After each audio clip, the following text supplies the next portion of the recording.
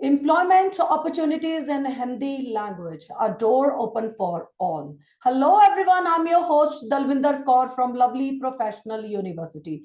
Get ready to dive into today's topic, that is employment opportunities in Hindi language.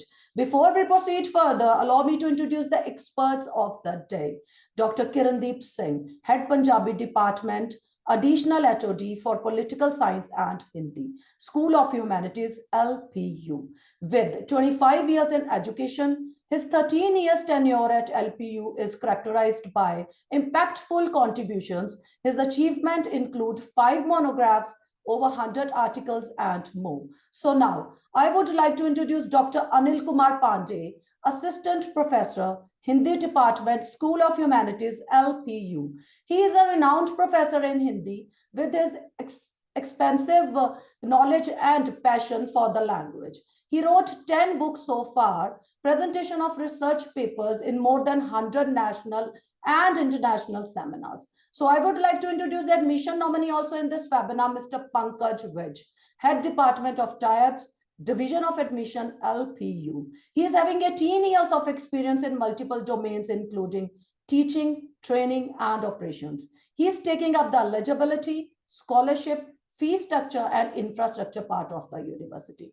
Before we proceed further in today's session, I would like to request everyone, for any question you can write in the chat box or in the Q&A box, and same will be addressed from my side in the end of this webinar. And now I hand over the thanks to Dr. Kirandeep and Dr. Anil, and it would be an absolute delight to listen from them. Over to you, sir.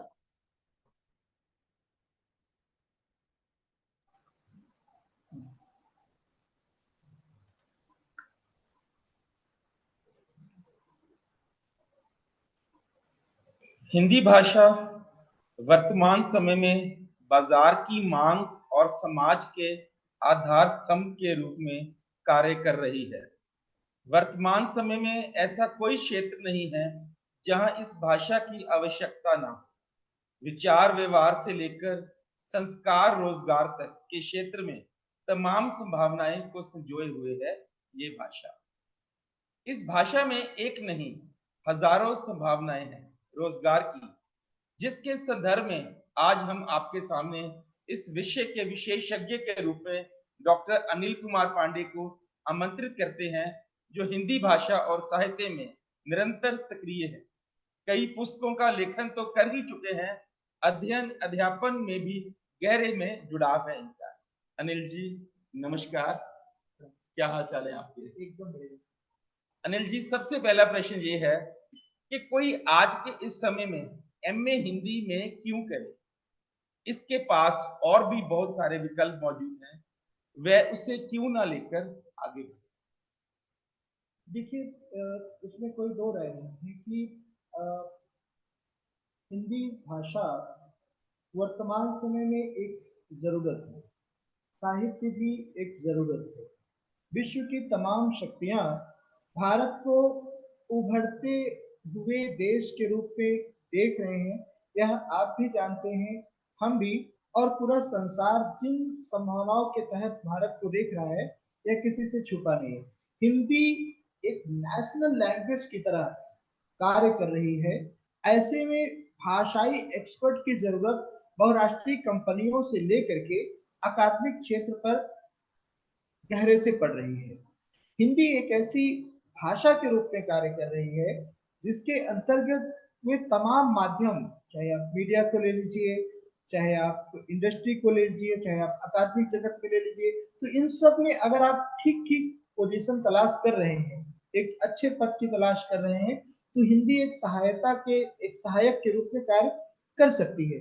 MA, जहां तक MA करने की बात है, तो higher education में जब भी आप पदार्पण करने के लिए सोच रहे हैं, तो एमए एक अच्छा विकल्प हो सकता है। और जब आप हिंदी में एमए करते हैं, तो रोजगार से लेकर के व्यक्तित्व निर्माण तक की प्रक्रिया में यह विषय बहुत अधिक लाभकारी सिद्ध होगा। इसमें कोई दो राय नहीं। अन्य विषयों में भी बहुत सारे स्कोप हैं, लेकिन हिंदी एक भाषा के तौर पर, एक साहित्य के तौर पर और समेकित विषयों को लेते हुए, रोजगार परक पाठ्यक्रमों को देखते हुए यह बहुत जरूरी उपक्रम है कि आप हिंदी में एमए करें और अपने व्यक्तित्व का निर्माण तो करें ही, रोजगार के क्षेत्र में भी आसानी से पहुंच बरकरार रहे। बहुत बढ़िया, अनिल जी। अनिल जी, हिंदी भाषा का साहित्य किस तरह का है? इस क्षेत्र में रोजगार की संभावनाएं यदि तलाशी जाएं तो क्या विकल्प हो सकता है आपके पास? देखिए, हिंदी भाषा का जो साहित्य है वह तमाम वैविध्यता को समेटे हुए है। इसमें कविता भी है, कहानी भी है, संस्मरण भी है, तो आगे चलकर आत्मकथा, जीवनी, रेखा चित्र, रिपोर्टाज भी है। ये ऐसी विधाएं हैं जो विविधता लिए हुए हैं और आपकी मानसिकता को विस्तार देती हैं। अब जहां तक बात पाठ्यक्रमों की है, तो ऐसे बहुत से पाठ्यक्रम हैं हमारे पास। जैसे रोजगार की संभावनाओं की बात जहां तक आप कर रहे हैं, तो हिंदी साहित्य और भाषा को लेते हुए जो है तमाम प्रकार के रोजगार हैं, जिसमें जैसे आप मीडिया के क्षेत्र में चले जाइए, आप फिल्मी दुनिया में चले जाइए, आप इलेक्ट्रॉनिक मीडिया के दो पार्ट होते हैं, प्रिंट मीडिया, इलेक्ट्रॉनिक मीडिया। आप सिविल सर्विसेज की तरफ चले जाइए, आप इंडस्ट्री बेस्ड अन्य संभावनाओं की तरफ चले जाइए, चाहे वो प्रिंटिंग हो गया, चाहे वो पब्लिकेशन हो गया। मतलब ये तमाम क्षेत्र जो है वो अच्छे से आपको रोजगार के विकल्प देते हैं, और यह साहित्य जो है हिंदी का, यह उन सभी जरूरतों को पूरी करने में पूरी तरह से समर्थ है। बहुत अच्छा। अनिल जी, जैसे आपने बताया कि जो हिंदी साहित्य के प्रमुख रूप है, थोड़ा सा मुझे बताओगे कि पद्य में कौन से रूप आ जाते हैं और गद्य में कौन से आ जाते हैं, और इन दोनों जो रूप है इनमें रोजगार की कौन सी अलग अलग से हमारे पास संभावनाएं मौजूद है? बिल्कुल सही सर। अब आप कविता को देख लीजिए, तो कविता में छंद मुक्त और छंदबद्ध दो धाराएं चल रही हैं। छंदबद्ध में गजल है, गीत है, ये सारी विधाएं हैं, और छंद मुक्त में एक फ्री वर्स की कविताएं हैं। अब अगर आप कविता के क्षेत्र में रोजगार की तलाश करते हैं, तो आप यूट्यूबर बन सकते हैं, बहुत अच्छे यूट्यूबर बन सकते हैं, जहां अपार संभावनाएं हैं। आप कवियों की कविताओं को रिकॉर्ड करिए, आप उनकी प्रस्तुति दीजिए, संगीत की दुनिया में उन कविताओं को लेकर के आइए, तो बहुत सारा स्पेस है जो रोजगार आपको दे सकता है, आपको एंटरप्रेन्योरशिप बनने के लिए भी प्रेरित कर सकता है। गद्य की बात जहां तक है, तो गद्य में आप देखिए कि कहानी है, उपन्यास है, रेखा चित्र है, संस्मरण है, आत्मकथा है, जीवनी है, डायरी है। ये ऐसी विधाएं हैं जो सीधे आपको क्रिएटिविटी की तरफ प्रेरित करती है। आप क्रिएटिव माइंड होकर के सबसे बड़ा स्पेस आप फिल्मी दुनिया की तरफ जा सकते हैं। आप स्टोरी राइटिंग करके एक गहरे अनुभव क्षेत्र से जुड़ सकते हैं। आपके पास एक अभिव्यक्त क्षमता है, कल्पनाशीलता है, तो आप पत्रकारिता जगत में बहुत अच्छा कर सकते हैं। अब गद्य और पद्य दोनों को मिला दिया जाए, तो प्रकाशन और मुद्रण, पब्लिकेशन और प्रिंटिंग के क्षेत्र में अपार संभावनाएं, बहुत अधिक संभावनाएं। ये दोनों गद्य और पद्य दोनों के माध्यम से आप एंटरप्रेन्योरशिप बन सकते हैं, आप रोजगार भी प्राप्त कर सकते हैं, आप वह सब कुछ कर सकते हैं जो आधुनिक जीवन शैली को एक स्थायित्व देने के लिए आवश्यक है। बहुत अच्छी। जी, इसका मतलब है कि जो विद्यार्थी है एमए हिंदी के बाद उसके पास काफी जो विकल्प है मौजूद है और उसको अलग अलग रोजगार की संभावनाएं बहुत ज्यादा। अब मैं तो ये कहूंगा कि पूरा का पूरा संसार ही खाली है। आप एक बात जान लीजिए सर कि कहीं भी आप किसी भी क्षेत्र में जाएंगे, एक अच्छे व्यक्तित्व और एक अच्छे नेतृत्व की तलाश हर समय उस क्षेत्र को है। एक ईमानदार व्यक्तित्व और एक अच्छे नेतृत्व की तलाश हर समय उस।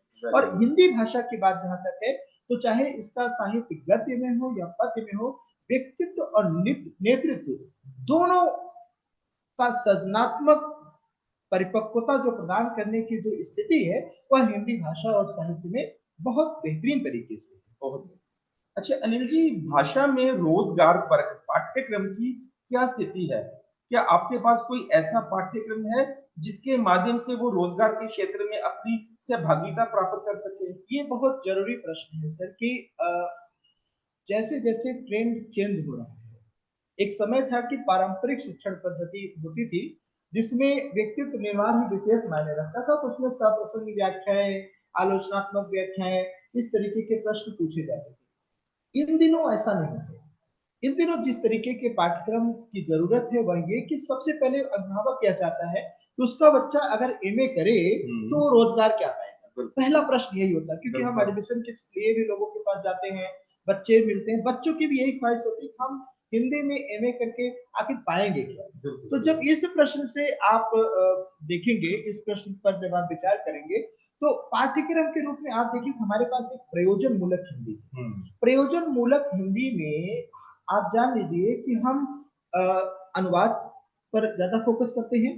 पारिभाषिक शब्दावलियों को जो तमाम प्रकार के कार्यालयों में जिस तरीके से हिंदी भाषा कार्य करती है, आप ये जानिए कि जो केंद्रीय संस्थान है, जो भी सेंट्रल गवर्नमेंट के संस्थान है, वो सभी में हिंदी एक अनिवार्य भाषा के रूप में कार्य कर रही है।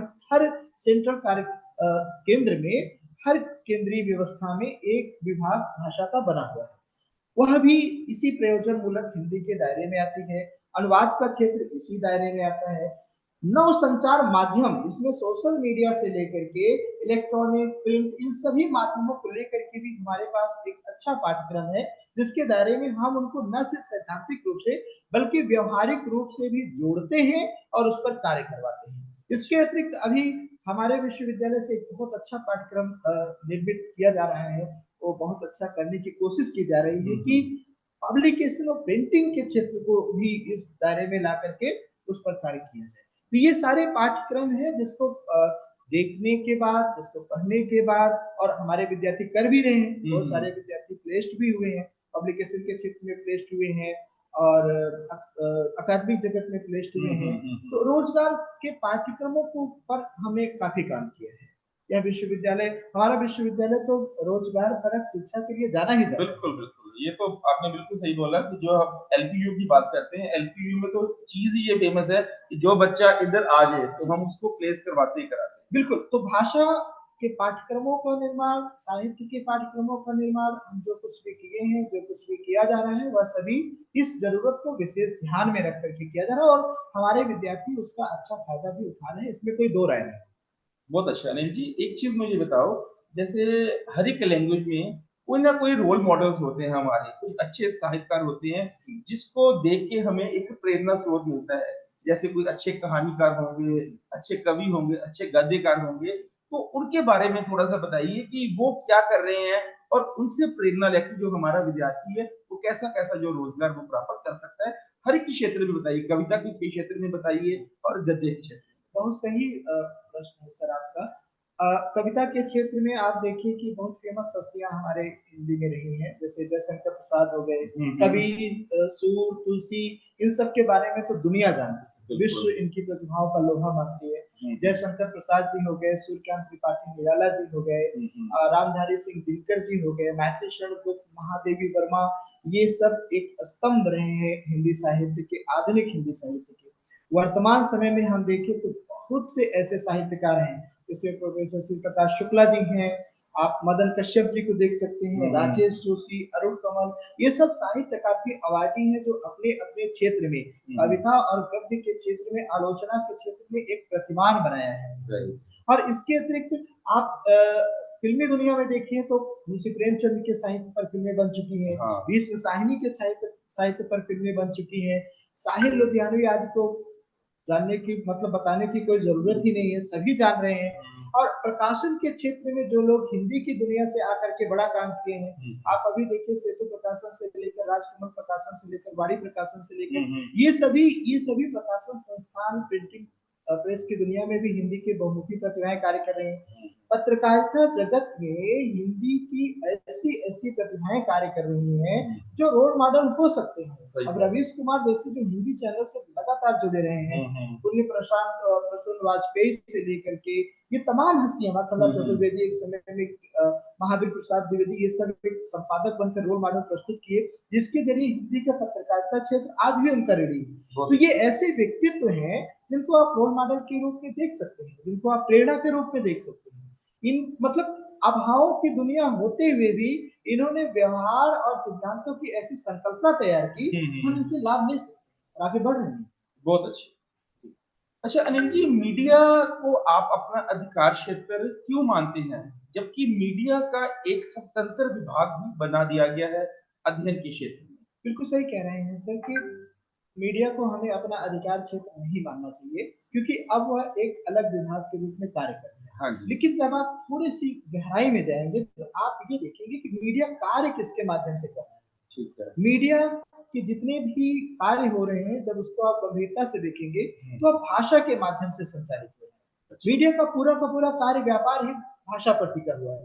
अगर आपके पास एडिटिंग क्षमता है, आप संपादक बनने योग्य हैं, तो योग्यता कहाँ से आती है? वो योग्यता लेखन से आती है, वह योग्यता भाषा के संवर्धन से आती है, जो आपको भाषा और साहित्य दे रहे हैं। हिंदी जैसी भाषा जो पाठ्यक्रम है हमारे, वो दे रहे हैं। प्रूफ रीडिंग आपको सिखा रहे हैं, डिजाइनिंग आपको सिखा रहे हैं, कल्पना आपको सिखा रहे हैं, एडिटिंग आपको सिखा रहे हैं। ये सारी चीजें जब भाषा और साहित्य से ग्रो अप हो रही हैं, तो हम मीडिया पर अपना अधिकार क्यों ना समझें? जो भी फेमस न्यूज चैनल आप देख लीजिए, जो भी फेमस न्यूज समाचार पत्र हैं, जो भी पत्रिकाएं हैं, उनके जो संपादक हैं, वे कहीं न कहीं हिंदी भाषा और साहित्य के उत्पादक रहे हैं। अच्छा। उनको बनाया गया है, उनको उस क्षेत्र में लाया गया है। तो हम मीडिया पर अपना अधिकार कम नहीं करना चाहते हैं। आज भी हम ये मानते हैं कि कोई भी मीडिया संस्थान अगर उठ करके खड़ा हुआ है, तो भाषा और साहित्य के विद्यार्थियों द्वारा किए गए श्रम के माध्यम से उठ करके खड़ा हुआ है। ओके। इस बात को हम बिल्कुल इग्नोर नहीं कर सकते। तो मीडिया का एक अलग अधिकार क्षेत्र होते हुए भी भाषा एवं साहित्य के विद्यार्थी का पूरा हक है कि वे उसमें अपनी प्रतिभा दिखाएं और उसके अंतर्गत जो भी रोजगार है, उस पर भी अपना दावा लगाएं। तो इसका मतलब मीडिया में हमारे पास काफी संभावनाएं जो बहुत बच्चा अपार संभावनाएं हैं सर, अपार संभावनाएं हैं। पिछले दिनों हमारे विद्यार्थी दैनिक भास्कर से लेकर के दैनिक सवेरा के कार्यालय में विजिट भी किए। अच्छा। वहाँ के न्यूज एडिटिंग से लेकर के प्रिंटिंग से लेकर जो सारी प्रक्रियाएं होती हैं, उन सब पर उन्होंने गहरा अध्ययन भी किया और वे सब देखे कि सर ये काम तो हम क्लासरूमों में और जगहों पर आप सबके माध्यम से कर चुके हैं। इसका मतलब है कि इस क्षेत्र में हमारे लिए संभावनाएं काफी है। और रिपोर्टर से भी उनको मिलवाया गया और लोगों से भी मिलवाया गया, तो बहुत खुश नजर आए। इसका मतलब है कि हमारे विद्यार्थी वह कार्य कर रहे हैं जो मीडिया के संस्थान सिखा रहे हैं उसको। तो नो डाउट कि वे प्रतिभाएं जब जाएंगी तो मीडिया संस्थान उनको जरूर अवसर देंगे और दे भी रहे हैं। बिल्कुल सही है। अच्छा, रेडियो और टेलीविजन के क्षेत्र में भी कोई संभावनाएं हैं या फिर नहीं? भाषा को लेकर क्या संभावना हो सकती है? देखिए सर, रेडियो और टेलीविजन भी मास मीडिया का एक अंग है। रेडियो और टेलीविजन के क्षेत्र में आप देखिए कि बगैर भाषा के जानकार की कोई स्थिति है नहीं। तकनीकी चीजें जो है, कैमरा वगैरह जो है, वो तो एक अलग स्थिति मान लीजिए। लेकिन जब आप प्रस्तुति को लेकर के आएंगे, बहुत बार हम बहुत से टीवी चैनलों पर बैठते हैं, रेडियो पर बैठते हैं, दूरदर्शन पर बैठते हैं, तो उन्हें अभी भी एक अच्छे एंकर की जरूरत है जिनकी पकड़ हिंदी भाषा में बेहतरीन, पंजाबी भाषा में बेहतरीन है। मतलब वो भाषा के विद्यार्थी को खोज रहे हैं। वो तकनीकी संभावनाओं से जुड़े हुए को तो खोज ही रहे हैं। वो ऐसे एक्सपर्ट की तलाश में है जो जिनके अंदर भाषाई योग्यता हो, जो अपनी बातों को एक ऐसे प्रभावशाली ढंग से प्रस्तुत कर सके जिस पर कि उनके पाठक जगत, उनके श्रोतागण लाभान्वित हो, उनके दर्शक लाभान्वित हो। तो इस दृष्टि से जब आप काम करेंगे तो भाषा के विद्यार्थियों के लिए वहां भी अपार संभावना है। बहुत अच्छी। अच्छा अनिल जी, प्रिंट मीडिया और इलेक्ट्रॉनिक मीडिया के क्षेत्र में क्या संभावनाएं हैं? भाषा कोई विद्यार्थी इस क्षेत्र में किस तरह आगे बढ़ सकता है? वही अभी हम इसके पहले भी इसी पे चर्चा कर रहे थे कि आप यदि संपादक बनना चाहते हैं, आप न्यूज एडिटर बनना चाहते हैं, आप रिपोर्टर बनना चाहते हैं, आप एंकर बनना चाहते हैं, आप एडवर्टाइजिंग के क्षेत्र में जाना चाहते हैं। अब एडवर्टाइजिंग के क्षेत्र में मान लीजिए आपको एक स्लोगन लिखना होगा, तो वो स्लोगन कौन लिखेगा? आपको क्या लगता है साइंस के लोग लिखेंगे? आपको क्या लगता है सोशल साइंसेस के लोग लिखेंगे?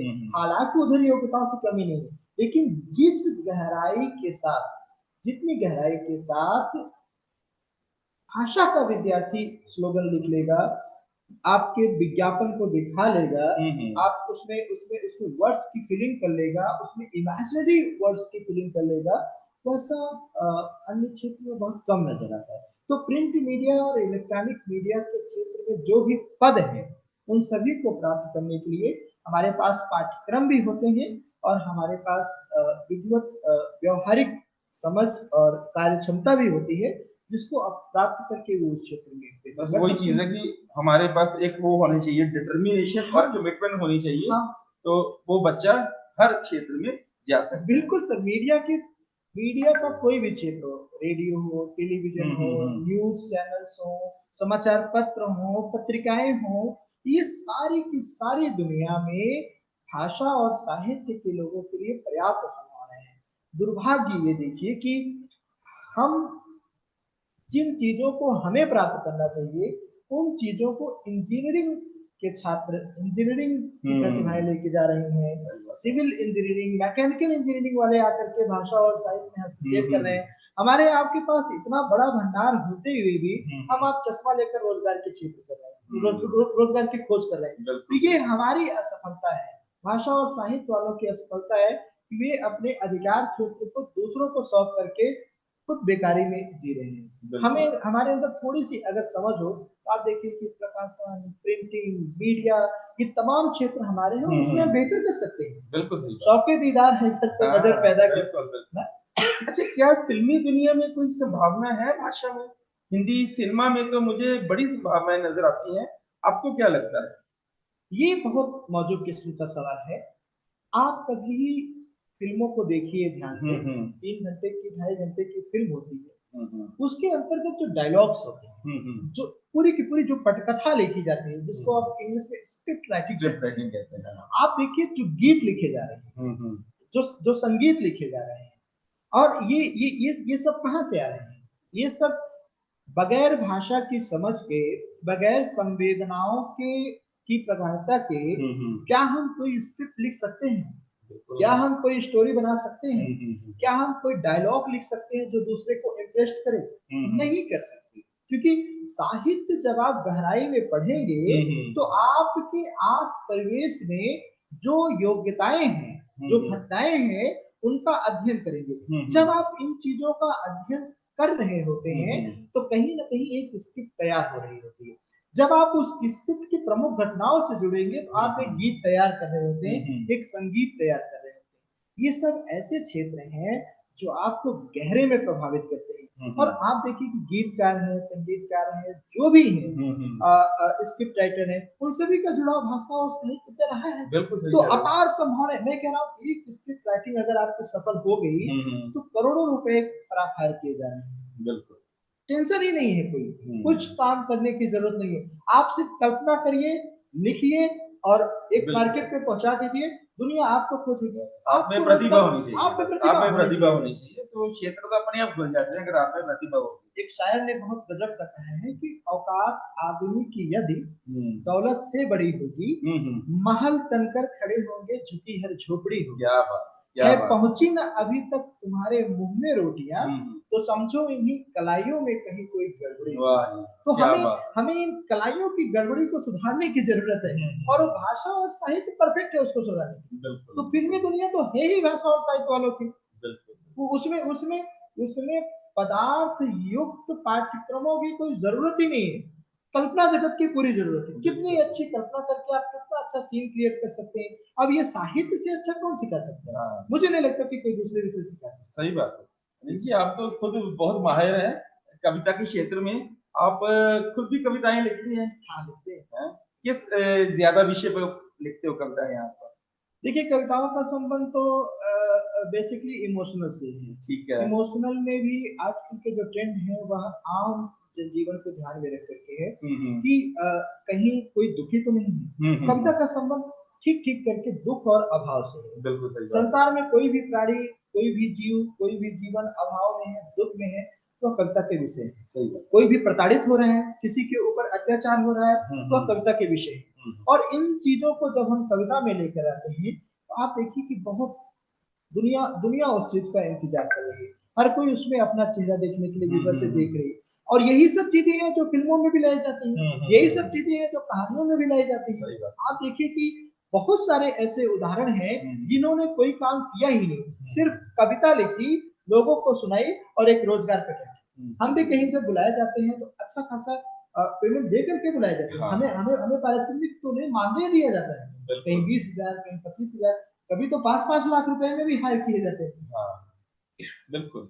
सो अगर हम मतलब मोटा-मोटा देखें कि हमारी की हिंदी भाषा में कौन सी है संभावनाएँ, एक तो हो गया बंदा एमए करके, पीएचडी करके वो जाएगा, असिस्टेंट प्रोफेसर बन जाएगा, जो अक्सर हमारे बच्चे बन जाते हैं। हमारे पास एलपीयू में बताओ कौन से ऐसे हैं कोर्सेज़ जो खास करके रोज़गार से बिल्कुल सीधे तौर पर जुड़े हुए हैं? अ, देखिए सर, अध्यापन तो एक दुनिया है ही हिंदी वालों के लिए, क्योंकि हिंदी, पंजाबी, इंग्लिश इन भाषाओं में पदार्पण करने के बाद हर व्यक्ति की पहली एक ख्वाहिश होती है वो एक अच्छा टीचर बन जाए। टीचर चाहे स्कूल का बने, कॉलेज का बने या यूनिवर्सिटी यूनिवर्सिटी में प्रोफेसर लग जाए। ये ऐसे जॉब हैं जहां जाने के बाद दूसरी तरफ सोचने की जरूरत नहीं है आपकी। दुनिया भी आपकी पूजा करती है, आप खुद अपने नजरिए में बहुत ऊंचे होते हैं। लेकिन अगर आप लक बाय चांस अकादमिक क्षेत्र में नहीं आ पाते, टीचिंग की दुनिया में नहीं आ पाते, तो जैसा कि हमने बताया आपको मीडिया का पूरा क्षेत्र आपके लिए खाली है ना। मीडिया के क्षेत्र में भी अगर आप नहीं जा सकते तो आप प्रकाशन और प्रिंटिंग के क्षेत्र में जा सकते हैं। उधर भी नहीं जा सकते हैं, फिल्मी दुनिया के साइड जा सकते हैं। नहीं जा सकते केंद्रीय संस्थानों में, भाषा अधिक हर केंद्रीय संस्थान में, आप एसबीआई को ले लीजिए, आप बैंक ऑफ बड़ौदा को, जितने भी सेंट्रलाइज्ड बैंक हैं, जितने भी ऑफिसेज हैं, उन सभी जगह भाषा के जानकार की बहुत जरूरत है। ठीक है। वो एक पर्टिकुलर एरियाज है जिसमें भाषा को खोजा ही खोजा जा सकता है। आप एक व्यापक परिक्षेत्र में ये देखें कि जो अनुवाद का क्षेत्र है, हाँ जी। वो एक अलग ही दुनिया है, एक ऐसी दुनिया है। आपके पास दो भाषा होनी चाहिए। आप देखिए कि बहुत सारे अनुवादक मेरे मित्र मंडली में आते हैं, बहुत सारे जानकार लोग हैं जिनके पास अगर पंजाबी है, हिंदी है, ठीक है, इंग्लिश है, हिंदी है, दोनों भाषाएं अगर हैं तो दोनों भाषाओं के साहित्य का अनुवाद करके ये अच्छा काम कर रहे हैं। उन्हें नौकरी करने की भी जरूरत नहीं है, संस्थाएं उन तक पहुंच रही है। पेंगुइन जैसे संस्थान जहां से पब्लिश होना हर किसी के लिए सौभाग्य की बात होती है। आप ये जानिए कि 100 पेज की किताब का अनुवाद कराने की लाखों रुपए में हायर करते हैं। ये ऐसी अपॉर्चुनिटीज हैं जो अकादमिक दुनिया से हट करके हैं, जो मीडिया जगत से हट करके हैं, फिल्मी दुनिया से हट करके हैं। इसके अतिरिक्त भी जो भी मल्टीनेशनल कंपनियां आ रही हैं, बहुराष्ट्रीय कंपनियां जो आ रही हैं, आप देखिए कि चाइना में हिंदी के पाठ्यक्रम चलाए जा रहे हैं, रूस में हिंदी के पाठ्यक्रम चलाए जा रहे हैं। ठीक है। आप ये देखिए कि अमेरिका में हिंदी की शिक्षा दी जा रही है। ठीक है। इन सब के पीछे उद्देश्य ये है कि वहां देकर के वो सब भारत में जब आ रहे हैं तो हिंदी वालों को खोज रहे हैं। मान लीजिए आप उत्तर प्रदेश के बेल्ट में चले गए, आप बिहार के बेल्ट में चले गए, आप मध्य प्रदेश के बेल्ट में चले गए, तो वहां किसी कंपनी में जब आप बैठे हैं तो मात्र अंग्रेजी बोलने से काम नहीं चलेगा। बिल्कुल सही। वहां की लोकेलिटी के हिसाब से आपको हिंदी में बात करनी पड़ेगी, हिंदी में वहां के लोगों को आकर्षित करना पड़ेगा।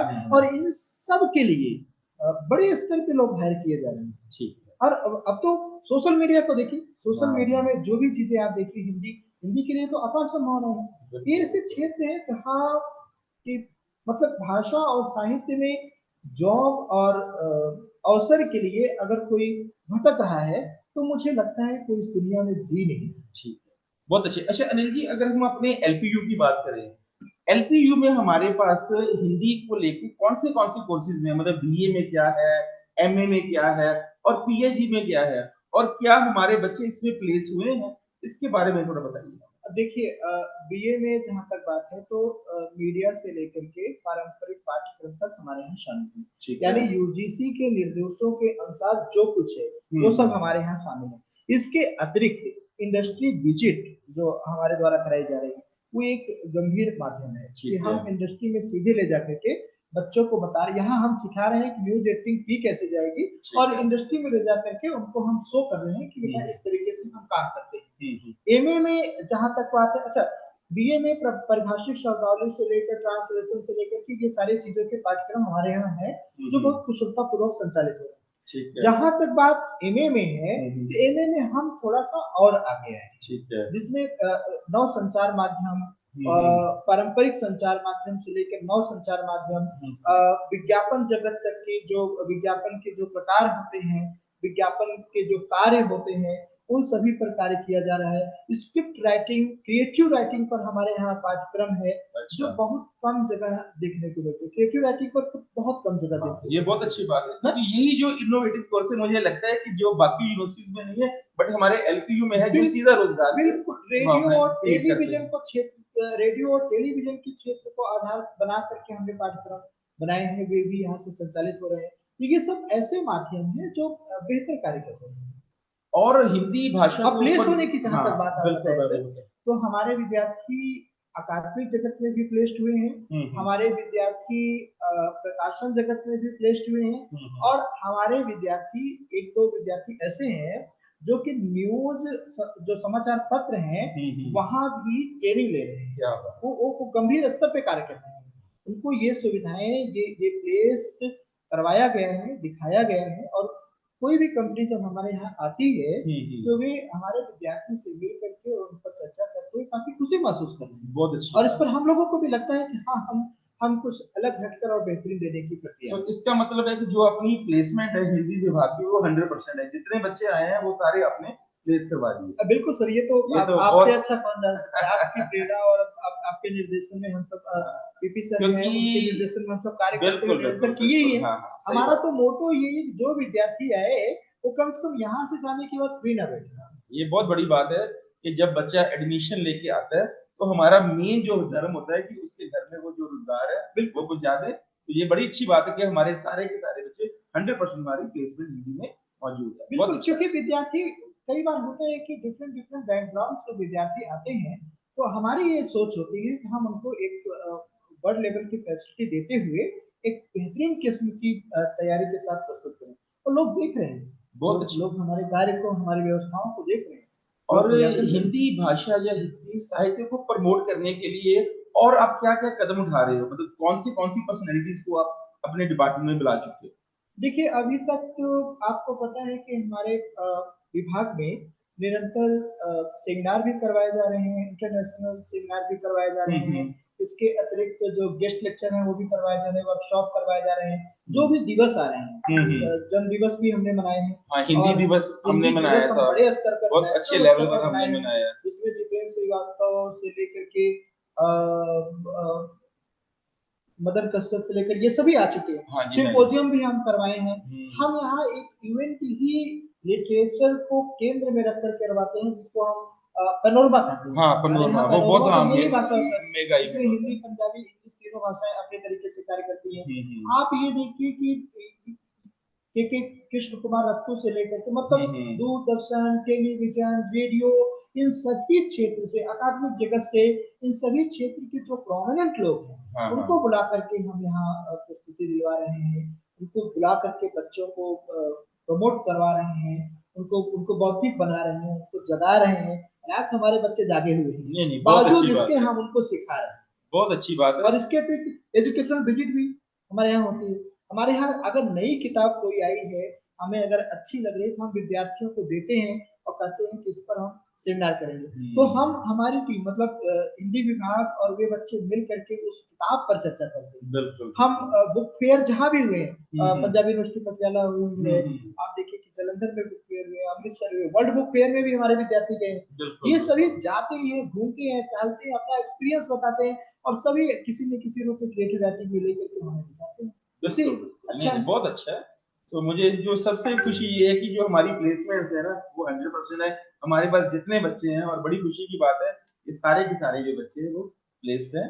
बहुत अच्छी बात है। इट मीन्स कि अगर हमारे में प्रतिभा हो, हमारे में टैलेंट हो, ठीक है ना, हिम्मत हो, तो जैसे पंजाबी में भी कहते हैं कि हिम्मत जिस काम नु लक बन खलोवे, सुक्का कंडा भी गिरके गुलदस्ता हो। देखिए सर, किसी कवि ने कहा है कि शौके दीदार है जब तो नजर बैठा, क्योंकि उधार की आंखों से सौंदर्य के दर्शन नहीं होते।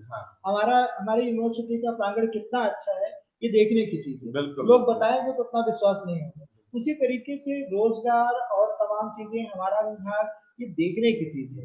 आप निगाहें खोलिए, देखिए कि संभावनाओं का एक अप्रतिम द्वार हमारे द्वारा खोला गया है, अप्रतिम संसार खोला गया है। जिसमें कि असफलता नाम की कोई चीज ही नहीं। असफलता तो हमारे डिक्शनरी में है ही नहीं। बिल्कुल। हमारे पूरे विश्वविद्यालय कैंपस की डिक्शनरी में असफलता वर्ड को काट के ही गायब कर दिया। इम्पॉसिबल को हमने कर दिया आई एम पॉसिबल। बिल्कुल इम्पॉसिबल है वो हमने आई एम पॉसिबल। बिल्कुल। सो अनिल जी बहुत बहुत धन्यवाद आपका। आपने बहुत अच्छी बातें बताई हैं हिंदी विभाग के बारे में और हिंदी भाषा में जो रोजगार की संभावना है। So thank you so much. और मैं अब अथॉरिटी से कहना चाहूंगा कि अगर कोई प्रश्न है तो वो जरूर पूछा जाए। Over to you ma'am. Thank you sir, thank you so much doctor Anil ji and doctor Kirandeep ji. जो पार्टिसिपेंट्स ने ज्वाइन किया है, जो उनके पेरेंट्स को क्लैरिटी मिली है आज के सेशन से कि वो हिंदी में एमए करके फिर पीएचडी करके एज असिस्टेंट प्रोफेसर ज्वाइन कर सकते हैं। उसके बाद मीडिया में जाना चाहें तो फिर मीडिया में इलेक्ट्रॉनिक मीडिया है, प्रिंट मीडिया है। उसके बाद अगर कविताओं में कोई पर्टिकुलरली बच्चा जाना चाहता है तो ही और she will be the YouTuber also.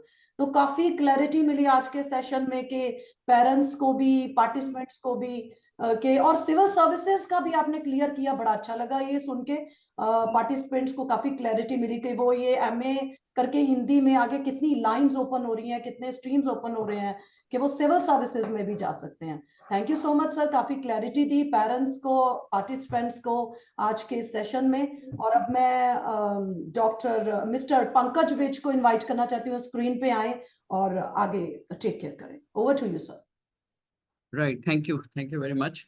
बहुत बहुत धन्यवाद डॉक्टर अनिल और डॉक्टर किरणदीप, आपने जो हिंदी भाषा के बारे में बच्चों को ज्ञान दिया कि प्लेसमेंट्स केवल इंजीनियरिंग में नहीं बल्कि हिंदी साहित्य में भी हो सकती है, और बहुत सारे ऐसे विकल्प बनते हैं स्टूडेंट्स के लिए जहाँ पे उनकी प्लेसमेंट्स हम कराते हैं। और जान के बड़ी बहुत प्रसन्नता हुई और अच्छा लगा कि हम 100% प्लेसमेंट अपने बच्चों को दे रहे हैं हिंदी जैसे क्षेत्र में। कहा जा सकता है कि राष्ट्रभाषा के अभाव में एक देश गूंगा होता है, तो हम कह सकते हैं कि हिंदी ने हमें बोलना सिखाया है। एज अ राष्ट्र हम लोग, एज अ कंट्री हम लोग हिंदी के ऋणी हैं। हिंदी ने हमें बोलना सिखाया है, हिंदी हमारी पहचान है।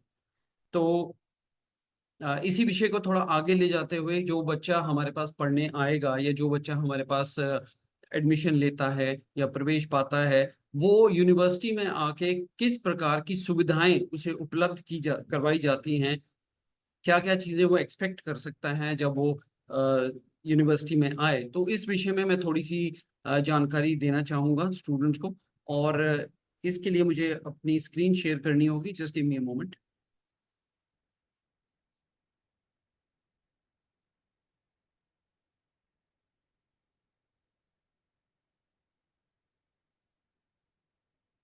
राइट, तो सबसे पहले किसी भी यूनिवर्सिटी के लिए जो सबसे जरूरी चीज है वो है एक्रेडिशंस, अप्रूवल्स, अनुमोदन। किस प्रकार के अप्रूवल्स हमारे पास मौजूद हैं, तो मैं आपको रूबरू करवाना चाहूंगा कि किस प्रकार के अप्रूवल्स इस यूनिवर्सिटी एलपीयू के पास हमारे पास हैं। हाल ही में कुछ समय पहले हमें नैक A++ की रैंकिंग प्राप्त हुई है, जिसमें हमारा जो स्कोर था वो 3.68 3.68 आउट ऑफ 4 की स्केल पे था। और ये एक बहुत बड़ी उपलब्धि है, बहुत बड़ी अचीवमेंट है किसी भी यूनिवर्सिटी के लिए। एंड इसके इस वजह से हमारी रैंकिंग पूरे देश में, we have one of the best rankings in the country NAAC होने के बाद। इसी प्रकार से और काफी सारे अप्रूवल्स हमारे पास हैं, जैसे accreditation council for business schools, ये मैनेजमेंट रिलेटेड कोर्सेज के लिए अप्रूवल्स हमारे पास हैं। Indian council for agriculture research, जो एग्रीकल्चर के जो विषय हैं और एग्रीकल्चर के जो कोर्सेज हैं उसकी अप्रूवल्स हैं, उसकी अप्रूवल्स भी हमारे पास हैं। National council for teacher education, जिस प्रकार के एजुकेशन के कोर्सेज होते हैं, बीएड, एमएड, उसकी approvals national council of teacher education द्वारा प्रमाणित की जाती हैं, उसके भी अप्रूवल्स हमारे पास मौजूद हैं। फार्मेसी काउंसिल ऑफ इंडिया, जैसे कि नाम दर्शाता है कि फार्मेसी कोर्सेज के लिए भी अप्रूवल हमारे पास फार्मेसी काउंसिल ऑफ इंडिया द्वारा है। इसी प्रकार से council of architecture oriented courses, इसके अप्रूवल भी हमारे पास प्रमाणित हैं काउंसिल ऑफ आर्किटेक्चर से। Bar council of India, law programmes, तो जितने भी आप यहाँ पे अप्रूवल्स देख रहे हैं, इन सभी संस्थाओं से हमें प्रमाण और अप्रूवल्स मिले हुए हैं। इसी प्रकार से मेंबरशिप्स, हमारी यूनिवर्सिटी काफी सारी ऑर्गेनाइजेशंस के मेंबर है, जिस प्रकार से सबसे प्रेस्टिजियस, सबसे आउटस्टैंडिंग जो अब हमारे पास मेंबरशिप है वो एसोसिएशन ऑफ इंडियन यूनिवर्सिटीज द्वारा दी गई है। इसके बाद प्लेसमेंट्स की बात करें, प्लेसमेंट्स की जानकारी जैसे डॉक्टर साहब ने आपको दी, बहुत बढ़िया जानकारी आपको दी। डिफरेंट डिफरेंट क्षेत्र, अलग अलग क्षेत्र जिसमें बच्चा प्लेस हो सकता है, वो प्लेसमेंट के विषय में हिंदी में कहाँ कहाँ या हिंदी के क्षेत्र में बच्चा कहाँ कहाँ प्लेस हो सकता है, बड़े विस्तार पूर्वक डॉक्टर साहब ने हमें बताया है।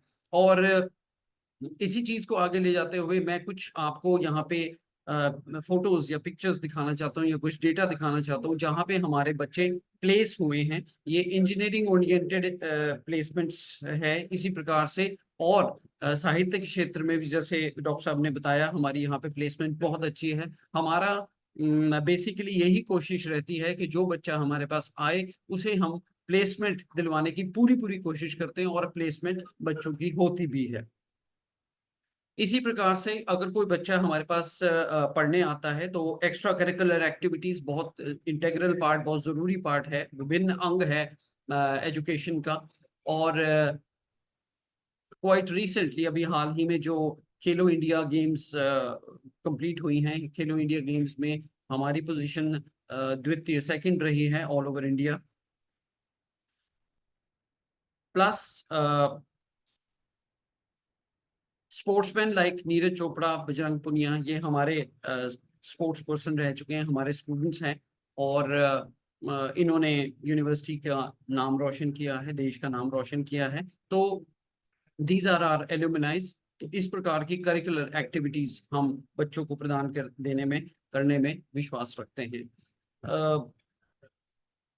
106th edition of the Indian science congress, Indian science congress हमारी यूनिवर्सिटी में हमने आयोजित करी थी इन 2019, और इसका इनॉग्रेशन प्राइम मिनिस्टर मोदी ने किया था इन 2019। इसी प्रकार से बहुत सारे कॉन्वोकेशन सेरेमनीज में हमारे यहाँ पे बहुत बड़े बड़े डिग्नेटरीज, बहुत दिग्गज आ चुके हैं, जैसे दलाई लामा जी, और former president of India and Afghanistan Shri Pranab Mukherjee and Shri Hamid Karzai. ये एक कॉन्वोकेशन सेरेमनी में आके डिग्रियां वितरण किया था, बच्चों को डिग्रियां प्रदान की थी। इसी प्रकार से Shri Arun Jaitley ji, former finance minister of India, जो यूनिवर्सिटी में आए थे कुछ साल पहले, और इन्होंने एक स्टार्टअप स्कूल स्टार्ट किया था। वेंकैया नायडू जी 2018 में वाइस प्रेसिडेंट, उस समय वो वाइस प्रेसिडेंट थे देश के, और वो यूनिवर्सिटी आए थे, और फिर इन्होंने कॉन्वोकेशन सेरेमनी में डिग्रियां वितरण किया था, डिग्रियां प्रदान की थी स्टूडेंट्स को। गौहर गोपाल दास, इस प्रकार के इंटेलेक्चुअल लोग भी यूनिवर्सिटी में आते हैं और हमारे स्टूडेंट्स और टीचर्स को संबोधित करते हैं और अपने एक्सपीरियंसेस उनसे शेयर करते हैं। इसके अलावा फिल्मी दुनिया के बारे में काफी बात हुई। फिल्मी दुनिया में हिंदी का बहुत बहुत स्कोप है, बहुत जबरदस्त स्कोप है। तो इसी चीज को आगे ले जाते हुए हमारे पास फिल्मी सितारे भी यहाँ पे यूनिवर्सिटी में आते हैं, लेकिन सिर्फ सिंगिंग, डांसिंग और इस टाइप की चीजें के लिए वो अपने एक्सपीरियंसेस अपने हमारे यहाँ पे बच्चों के साथ शेयर करते हैं, जिन्हें बच्चे बड़े ध्यान से सुनते हैं और उनका लाभ उन्हें मिला है। इंफ्रास्ट्रक्चर की बात करें तो बहुत जरूरी चीज है इंफ्रास्ट्रक्चर। किसी भी यूनिवर्सिटी का एक अच्छी पढ़ाई लिखाई का माहौल प्रदान करता है। और कुछ बिल्डिंग्स के मैं आपको पिक्चर्स यहाँ पे दिखाना चाहूंगा। जैसे ये जो बिल्डिंग आप देख रहे हैं, ये यहाँ पे हमारी सेंट्रल लाइब्रेरी है, और इसमें काफी सारे ब्लॉक्स हैं। तो इस प्रकार के ब्लॉक्स हमारे यहाँ, इस प्रकार का इंफ्रास्ट्रक्चर हम बच्चों को प्रदान करते हैं। ऑडिटोरियम आप देख रहे हैं इस पिक्चर में। ऑडिटोरियम 2500 कैपेसिटी का ऑडिटोरियम है, जहाँ पे एक साथ 2500 बच्चे बैठ सकते हैं, और जितनी भी कल्चरल इवेंट्स हैं वो यहीं पे की जाती हैं। लेबोरेटरीज, बहुत सारी लेबोरेटरीज, प्रैक्टिकल प्रोग्राम्स के लिए हमारे पास लेबोरेटरीज हैं। ये जैसे कंप्यूटर की लेबोरेटरी है जो आप इस टाइम देख रहे हैं। इसी तरह से लाइब्रेरीज, बहुत सारी लाइब्रेरीज हैं। एक सेंट्रल लाइब्रेरी है, हर डिपार्टमेंट की, हर महकमे की अपनी एक लाइब्रेरी है। यूनिवर्सिटी 600 एकड़ की यूनिवर्सिटी है। द कैंपस साइज, जो कैंपस का साइज है वो 600 एकड़ का साइज है। नेशनल हाईवे नंबर 44 पे हम स्थित हैं, और कैंपस के बीचों बीच एक मॉल है चलिए मॉल के अंदर चलते हैं, मैं और आपको मॉल का अंदर थोड़ा सा दिखाना चाहूंगा कि किस प्रकार का एम्बियंस है, किस प्रकार का माहौल है। तो ये मॉल के अंदर का क्षेत्रफल है और वहाँ पे बहुत सारी दुकानें हैं जहाँ से बच्चे अपना सामान खरीद सकते हैं। बहुत सारे कहीं बाहर जाने की जरूरत नहीं, it's a city with in itself. University अपने आप में इतना प्रोवाइड कर देती है कि बच्चे को बाहर जाने की जरूरत नहीं पड़ती, लेकिन बाहर जाने में कोई रोकथाम नहीं है। बच्चा बाहर जा सकता है, समय से बाहर जा सकता है, वापस आ सकता है, लेकिन यूनिवर्सिटी के बीच में किसी भी चीज की कमी नहीं है। अगर आप अपने जिम के लिए अब शौकीन रहे हैं और अगर आपको एक्सरसाइजिंग पसंद है तो यूनिवर्सिटी के बीच में जिम भी है, जहाँ पे इंटरनेशनल ट्रेनर्स और रेप्यूटेड ट्रेनर्स आपको मदद करते हैं। रिक्रिएशनल फैसिलिटीज, बहुत सारी ऐसी रिक्रिएशनल फैसिलिटीज यूनिवर्सिटी के बीच में है, जैसे बोलिंग एले। यूनिवर्सिटी के बीच में एक हॉस्पिटल है, भगवान ना करे कोई बच्चा बीमार पड़े, अगर बच्चा कोई बीमार पड़ता है तो हमारे पास हॉस्पिटल की सुविधा है। और प्राथमिक चिकित्सा स्टूडेंट की यूनिवर्सिटी के बीच में ही हो सकती है। और एक 25 बेडर हॉस्पिटल यहाँ पे यूनिवर्सिटी के बीच में ही है। यह हमारा ओपन एयर थिएटर है, जो पिक्चर आप इस टाइम स्क्रीन में देख रहे हैं। कोई ओपन में अगर इवेंट्स करनी होती है तो यहाँ पे ये इवेंट्स करवाई जाती हैं। एक व्यू यूनिवर्सिटी का एक व्यू है जो आप इस टाइम स्क्रीन पे देख रहे हैं। यूनिवर्सिटी बहुत ही हरी भरी और क्लीन यूनिवर्सिटी है। कुछ साल पहले we were awarded as the cleanest university in India, one of the cleanest universities in India. और मिनिस्ट्री ऑफ ह्यूमन रिसोर्स ने हमें वन ऑफ द क्लीनेस्ट यूनिवर्सिटीज का खिताब दिया था। अगर आपको स्पोर्ट्स में रुचि है, खेलकूद में रुचि है, तो यूनिवर्सिटी बहुत सारी सुविधाएं उपलब्ध करवाती हैं, जिस प्रकार से आप देख रहे हैं। Swimming pool, we have got a swimming pool, all weather swimming pool है। Olympic size swimming pool university के बीच में है। शूटिंग रेंजेस हैं। किसी प्रकार का कोर्ट, कोई भी कोर्ट के नाम लीजिए, badminton, basketball, volleyball, hockey pitches, football pitches, cricket pitches, like all these, ये भी यूनिवर्सिटी के बीच में ग्राउंड्स मतलब हैं जहाँ पे बच्चे खेलते हैं। यूनिवर्सिटी के बीच में ही एक स्क्वाश कोर्ट भी है, या स्क्वाश कोर्ट्स भी हैं, जहाँ पे बच्चे स्क्वाश तक की गेम भी खेल सकते हैं। जो स्क्रीन पे आप देख रहे हैं ये हमारा इंडोर स्पोर्ट्स कॉम्प्लेक्स है, जहाँ पे ये सारी सुविधाएं बच्चों को उपलब्ध की जाती हैं। यूनिवर्सिटी के बीच में ही हॉस्टल फैसिलिटी है, बहुत बड़ी हॉस्टल फैसिलिटी है। हमारे पास 25,000 तक बच्चे रह सकते हैं, अकोमोडेट हम कर सकते हैं। यूनिवर्सिटी कैंपस के बीच में ही ये हॉस्टल हैं। बॉयज और गर्ल्स के हॉस्टल, लड़के लड़कियों के हॉस्टल बिल्कुल अलहदा हैं, अलग हैं, लेकिन हैं इस 600 एकड़ के बीच में ही। तो बच्चा अगर दूर दराज के क्षेत्रों से आ रहा है, भारत बहुत बड़ा देश है, आप किसी और स्टेट से आ रहे हैं, तो आपको रहने की सुविधा यूनिवर्सिटी के बीच में हॉस्टल फैसिलिटी में प्रदान की जाती है। I hope information shared by me through this presentation was आपके लिए हेल्पफुल रही।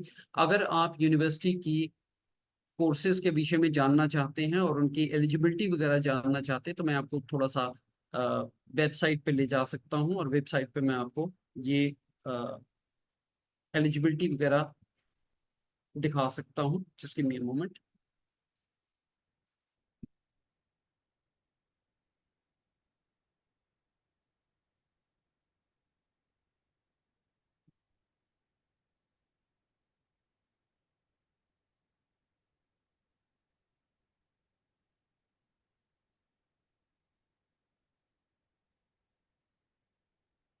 इन the meanwhile Dilwinder ma'am, till the time I show the website, आप क्वेश्चंस ले सकते हैं, फिर उसके बाद में फाइनली वेबसाइट दिखा दूं। Sure sir, sure sir. जैसे मैंने देखा है कि कुछ प्रश्न आए हैं हमारे पार्टिसिपेंट्स की तरफ से, तो डॉक्टर अनिल और डॉक्टर किरणदीप जी इसका आंसर कर दे तो बेटर है। फर्स्ट क्वेश्चन ले ले हम, डॉक्टर अनिल जी और डॉक्टर किरणदीप जी। हाँ जी मैम, जरूर। हाँ जी, पहले गुरप्रीत कौर का एक क्वेश्चन है कि कौन सी गवर्नमेंट जॉब्स में जा सकते हैं, एमए हिंदी करके गवर्नमेंट जॉब्स के कौन से रास्ते आगे खुलते हैं?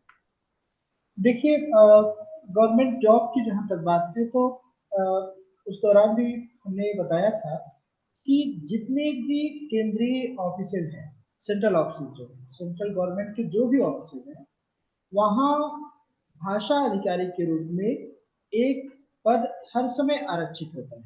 हिंदी वालों के लिए।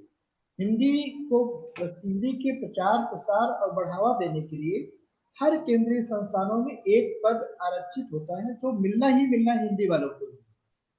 दूसरी बात, टीचिंग के क्षेत्र में चाहे स्कूल की जॉब हो, आप कॉलेज देख लीजिए, यूनिवर्सिटीज देख लीजिए, इन सब में अध्यापक, लेक्चरर और पीजीटी के माध्यम से, और उधर देखिए तो असिस्टेंट प्रोफेसर, फिर उसके बाद जो भी प्रक्रियाएं होती हैं एसोसिएट प्रोफेसर, प्रोफेसरशिप की, ये सब अलग से हैं।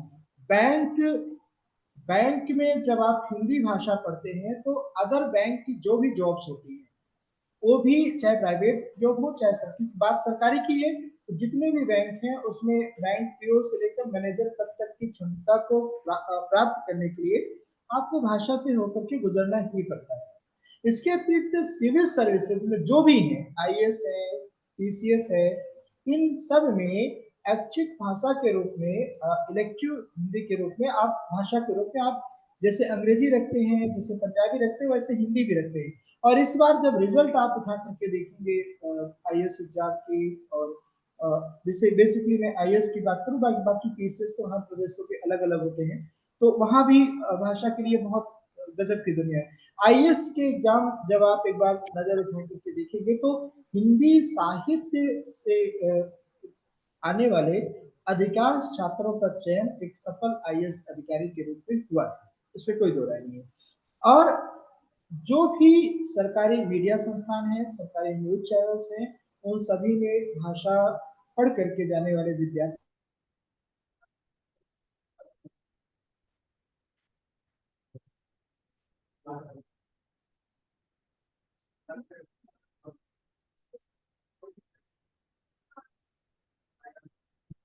तो थोड़ा नेटवर्क इशू है, तो मिस्टर पंकज विज आप जी कंटिन्यू जी करें, जी फिर हम बिल्कुल बिल्कुल over to you right sir, over to you. Right. So जिस प्रकार से हम कह रहे थे, वेबसाइट को मैं आप बच्चे वेबसाइट को देख रहे हैं, और वेबसाइट का हमारा एड्रेस है lp.in। जो भी बच्चा इस ब्रॉडकास्ट को देख रहा है, lp.in पे आप लॉग इन करें। आप अगर किसी कोर्स के विषय में जानना चाहते हैं तो lp.in पे लॉग इन करके एडमिशंस में आए। अगर आप 12वीं के बाद के कोर्स जानना चाहते हैं, उनके विषय में जानना चाहते हैं, तो आफ्टर 12th में जाएं। और अगर आप ग्रेजुएशन के कर चुके हैं और पोस्ट ग्रेजुएशन की तरफ जाना चाहते हैं, तो आप आफ्टर ग्रेजुएशन के प्रोग्राम्स में आए।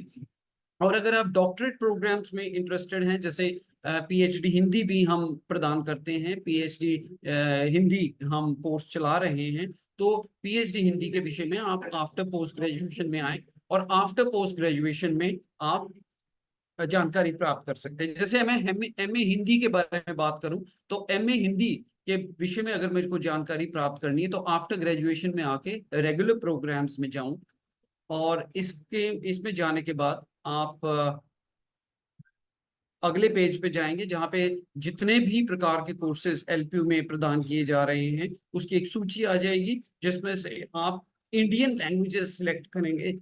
इंडियन लैंग्वेजेस सिलेक्ट करके, जैसे मैंने इंडियन लैंग्वेजेस सिलेक्ट करी, एमए हिंदी यहाँ पे आ गई है, एमए पंजाबी भी हम दे रहे हैं, एमए हिंदी भी हम प्रदान कर रहे हैं। तो एमए हिंदी को मैं क्लिक करता हूँ, और एमए हिंदी को क्लिक करके थोड़ा सा इसको स्क्रॉल डाउन करेंगे तो ये आ गई एलिजिबिलिटी, कि एमए हिंदी में एडमिशन लेने के लिए, प्रवेश पाने के लिए एलिजिबिलिटी क्राइटेरिया क्या है। पास इन बैचलर्स डिग्री एनी डिसिप्लिन और इक्विवेलेंट, यानी कि कोई भी ग्रेजुएशन बच्चे ने करी है तो वो एमए हिंदी में एडमिशन ले सकता है। इसके बाद अगर स्टूडेंट को फीस के बारे में जानना है तो यहाँ पे क्लिक करें, फीस का जो यहाँ पे पोर्शन दिया गया है, फीस के ऊपर क्लिक करें, और जो पेज है वो ऑटोमेटिकली फीस पे चला जाएगा। फीस बहुत नॉमिनल है, बहुत ज्यादा फीस नहीं है। 10,000 रुपया सेमेस्टर इस कोर्स की फीस है। एमए हिंदी की फीस है 10,000 रुपया सेमेस्टर, प्लस एग्जामिनेशन फीस 4,500 रुपया पर सेमेस्टर। तो एमए हिंदी की फीस हमने बहुत नॉमिनल रखी है। प्लस इसके अलावा अगर कोई स्टूडेंट स्कॉलरशिप के लिए एलिजिबल होता है तो इस फीस के ऊपर भी हम स्कॉलरशिप स्टूडेंट को दे रहे हैं। स्कॉलरशिप के विषय में जानना है तो आप स्कॉलरशिप पे क्लिक करें, और आपको अगले पेज में या नेक्स्ट पेज में ले जाया जाएगा, जहाँ पे आप देख सकते हैं कि किस प्रकार के स्कॉलरशिप हम दे रहे हैं। स्कॉलरशिप में कुछ फाइनेंशियल एड्स हैं, जैसे कोई नीड बेस्ड बच्चा है, need based in the students, कोई इकोनॉमिकली बहुत घर से बहुत अच्छा नहीं है, ऐसे बच्चों को भी हम स्कॉलरशिप प्रदान करते हैं। कोई एक घर में एक बच्चा, वो लड़की है, single girl child, single mother, तो ज्यादा जानकारी के लिए आप इसको क्लिक कर सकते हैं और किस प्रकार की स्कॉलरशिप इसमें प्रदान की जाती हैं आप खुद पढ़ सकते हैं। अगर कोई स्टूडेंट के फादर या मदर या पेरेंट्स डिफेंस में हैं, तो ऐसे स्टूडेंट्स को भी हम कुछ स्कॉलरशिप प्रदान करते हैं। प्लस अगर भगवान न करे कोई बच्चा डिसेबल्ड है, ब्लाइंड है, ऐसे बच्चों को भी हम इस कोर्स में स्कॉलरशिप देते हैं। तो इस प्रकार की स्कॉलरशिप, इस प्रकार से आप फीस और एलिजिबिलिटी के विषय में जान सकते हैं किसी भी कोर्स के लिए। लेकिन फिलहाल हम एमए हिंदी की बात कर रहे हैं या हिंदी की बात कर रहे हैं, तो हिंदी के विषय में अगर आपने हिंदी कोर्सेज के बारे में जानकारी प्राप्त करनी है, तो इस तरह से lpu.in पे आके और lpu.in पे आके और फिर एडमिशंस में जाके आप अपना कोर्स सिलेक्ट करके उसके विषय में ज्यादा जानकारी प्राप्त कर सकते हैं। प्लस अगर आपको हमारे काउंसलर्स से बात करनी है, तो आप इस स्क्रीन पे दिए गए नंबर्स नोट कर सकते हैं। हमारा हेल्पलाइन नंबर है 0182451700। आप यहाँ पे कॉल कर सकते हैं या दूसरे नंबर पे कॉल कर सकते हैं। आप हमें ईमेल भी लिख सकते हैं, कोई भी स्टूडेंट हमें ईमेल द्वारा भी कांटेक्ट कर सकता है और हम ईमेल का जवाब भी देंगे। और ईमेल आईडी है admissions@lpu.co.in। इस पे स्टूडेंट अपनी क्वेरी भेज सकता है और लिखित रूप में उसका जवाब स्टूडेंट को मिल जाएगा। तो इस स्क्रीन पे दिए गए नंबर्स का आप स्क्रीनशॉट भी ले सकते हैं। और अगर आपको हमारे काउंसलर से बात करनी है या हमारे को मेल के द्वारा आपने कांटेक्ट करना है, तो आप उस प्रकार से हमें कांटेक्ट कर सकते हैं। मैम, आई थिंक इंफॉर्मेशन जो मैंने प्रदान करी बच्चों को उनको यूजफुल होगी। Back to you. Thank you so much mister Pankaj Vij. मैं इस वेबिनार का एंड करने से पहले तहे दिल से डॉक्टर अनिल जी का, डॉक्टर किरणदीप जी का और मिस्टर पंकज विज का मैं धन्यवाद करती हूँ। और आई होप कि अटेंडेंस जिन्होंने भी ज्वाइन किया, हमारे पार्टिसिपेंट्स, वो अब बेटर डिसीजन ले सकते हैं रिगार्डिंग द एडमिशंस। और अब इस वेबिनार को आप दोबारा असेस करना चाहें, देखना चाहें, तो आप हमारी LPU की वेबसाइट पे जा सकते हैं, दैट इज lpu.in, और आप इसे असेस YouTube पे भी कर सकते हैं। तब तक फ्यूचर वेबिनार्स के लिए हमारे साथ आप बने रहिएगा और अच्छे अच्छे टॉपिक्स हम लेके आते रहेंगे। और with the permission of my seniors, आज के वेबिनार को मैं क्लोज करना चाहूंगी। नमस्कार टू ऑल। नमस्कार, थैंक यू सो मच। धन्यवाद।